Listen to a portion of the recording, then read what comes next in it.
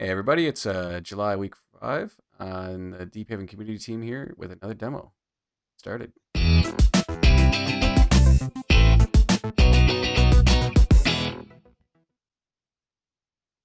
First up we have Go ahead, JJ.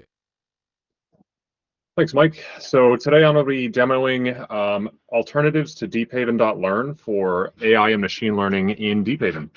So Deephaven Learn is a pretty awesome little thing that allows you to perform, it's designed for AI and machine learning.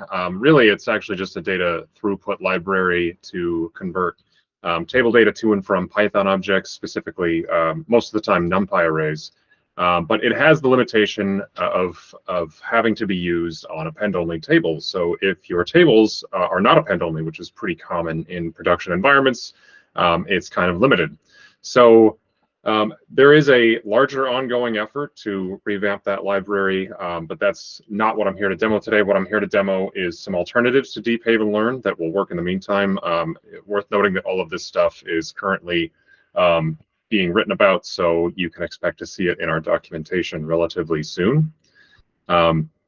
So the first thing that I'm going to demo today is, it's not actually doing machine learning. However, you could use, it uses NumPy for a simple calculation. You could easily place an actual machine learning library in place of that simple little NumPy model.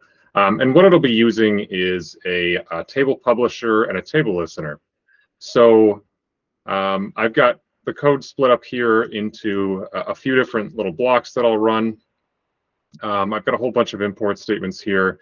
And what we'll first be doing is creating some dummy data. Essentially, what we'll have here is a table that ticks 10 times a second with some labels that are one of these 4 cities and some data, which is just based on the row index. So we'll run that. And then we'll set up some output tables with a table publisher. For anybody who's watching who's not aware, with a table publisher will produce a blank table anytime that the publisher ticks. So in this case, the table publisher itself will produce a blank table of predictions based on the AI model. And we'll actually store the data history. So a blank table, the rows disappear every time new data ticks in a new update cycle. So if you want to store data history, you can just call blink to append only on that input table. So I've got those two set up there. And then the last thing I'll do is I'll set up a table listener to listen to this ticking source table. And I make sure to listen to the data history as well, because this has now been ticking for a little while. So we've got a few hundred rows. And when I run the rest of this code, we'll see that the listener will actually look for added and modified data, just in case, in the case of a non-append only table, your data may actually change rather than just be added to the bottom of the table. And so when I run the whole thing, we'll actually create the table listener, and we're going to populate a new table with the predictions of the model, and then we will publish those. We'll add those to the table publisher. And so if you look at this predictions table, it ticks in lockstep with the source table with the predictions from the current update cycle. And then I have this preds history table that's also storing the history of our predictions as well. So that's another way to do AI or machine learning in Deephaven. Again, this is just using NumPy as a placeholder, but assuming you have a trained model in memory, you could easily replace this compute AI model function, which just does a sum with NumPy with, you know, a neural network or a k-nearest neighbors model, which is what I'll demonstrate here. So I don't need these tables anymore. So the next thing that I want to show is doing machine learning, or rather training an actual machine learning model with one of the new table iterators. So in a recent demo, I actually showed off some of the new table iterators that are only available in our Edge versions that'll be a part of our next release. And so anybody who missed that, I recommend you go check that out. They're pretty cool, but basically they're native ways to iterate over a table directly from Python. So the first thing I'm going to do here, actually, this is kind of the magic of this demo, is that I'm actually, first I'll import the iris table. Anybody who has done machine learning before, there's a good chance you've seen this example. It's a series of iris measurements, and it classifies them into 3 different flowers. So what I can do with the table iterator is I can define a function here where I take a table as input and I actually iterate over the table in chunks in the form of a dictionary. So I've got my training data are the 4 label columns here, and the target is the class column. So a k-nearest neighbors model is a supervised machine learning model. And when I run this, I have just trained my k-nearest neighbors classifier. Actually, no, I didn't. I knew I was forgetting something. Let me rerun this.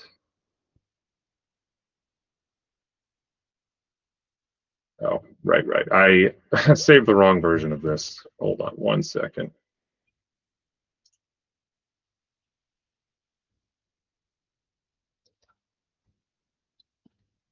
Okay. Now I have a trained model in memory. And with that, because this is a pretty simple machine learning problem, I only need to apply the model to 1 row at a time. So I'm going to test the model by calling the model's predict method in a Python function. And we'll see that I have this tested model, and for the most part, it's right. It gets a few of them wrong. But then the same thing goes for ticking data. I can just call that same apply model function on a series of simulated iris measurements. I grab these values from the minimum and maximum of all of the measurements in this iris table here, and we'll see the iris table tick. And if we scroll over, we can see the model working in real time. So that's all for my demo. All right. Next up, we've got Devin. Yeah, of course. Make sure I'm grabbing the right window here.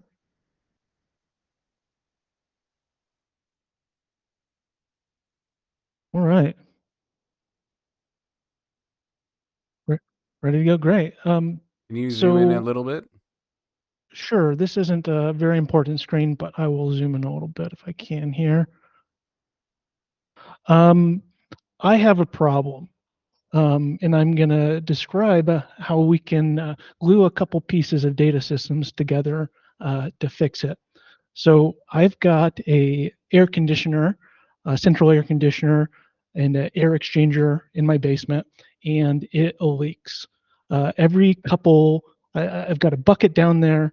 It collects water, and every couple of weeks I have to go empty the bucket, especially in these summer months as it's getting hot. There's more condensation, and I haven't spent the time to actually fix the problem. So we're going to work around the problem a little bit right now. But my other problem is I don't know when the bucket's about to overflow. And so being the geek that I am, I bought a water sensor and put it on the bucket that is collecting the water. So I get a notification in Home Assistant whenever the bucket is almost full. But of course, I'm not getting alerted about this notification unless I'm looking at it in the Home Assistant dashboard, which I don't do too much. So as you can see, there was a period of a couple of days at least where my bucket is overflowing because I haven't emptied it. And so ultimately what I'm trying to do is once I've got this data in Deephaven, I want to get an alert on my phone so I can promptly deal with the almost overflowing bucket. I recently learned about a service called ntfy.sh. It's an open source product, cheap if you want to get private channels, but otherwise if you use public channels, it's free. And basically you can just post data to a topic and you can have subscribers look at it.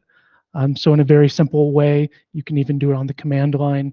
You can push a message, and we're going to go ahead and do this with Deephaven. So the first thing that we got to do is we got to create a topic, and this is going to be a public topic. So they warn you to, it's not password protected. So, generate a random name. I'm going to go ahead and give it just a slightly more descriptive name, Devin Water Alert. So we'll go ahead and copy that here. So there we go. And now in the back end, I've kind of written a little bit of a wrapper library that integrates with Deephaven and basically publishes table data to this specific API, giving it a title and taking in the topic and such. So if we go over here, I'll describe the query a little bit. So here's some code that I have in the back end that will interact with this service. And minimally, what you have to do is you have to define your topic and the message that you want to send on the topic. So in this case, I just created a topic, a Devon water alert. And then I'm going to fake the alarms right now because I don't have it hooked up for this demo into the Home Assistant system.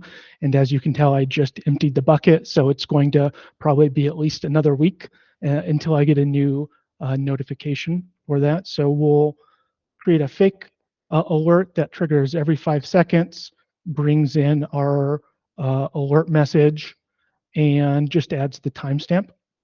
So go ahead and run this. And so here we go. Here's our alerts coming in into a table form, topic, and message. But we haven't hooked it up to notify.sh yet. If we go over here, we can see that there's nothing coming through here. But as soon as we hook it up to a listener, hopefully, oops, let's see, run that. What we should see some alerts coming through. Hey, there we go. Got our first alert. And we can go ahead and read it here. Oh, there's another alert. And so, of course, if that becomes too much, this is just a callable, so you can cancel it. So go ahead and cancel the alert now. Of course, there's some other interesting things you can do with this. You can give it a title.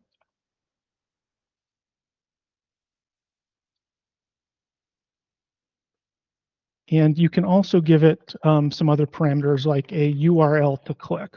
So maybe we want to redirect our users to deephaven.io for this alert or something like that.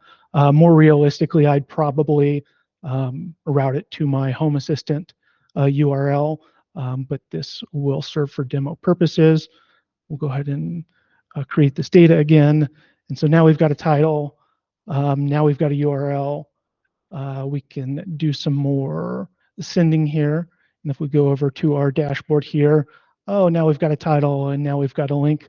And the most exciting part about this is they are all coming over my phone as alerts too. And so this is push-based alerts, and I am getting them on my phone, which is what I wanted in the first place. So I'm going to set this up for my system, and I'm going to get notifications on the phone as soon as my water bucket is almost overflowing.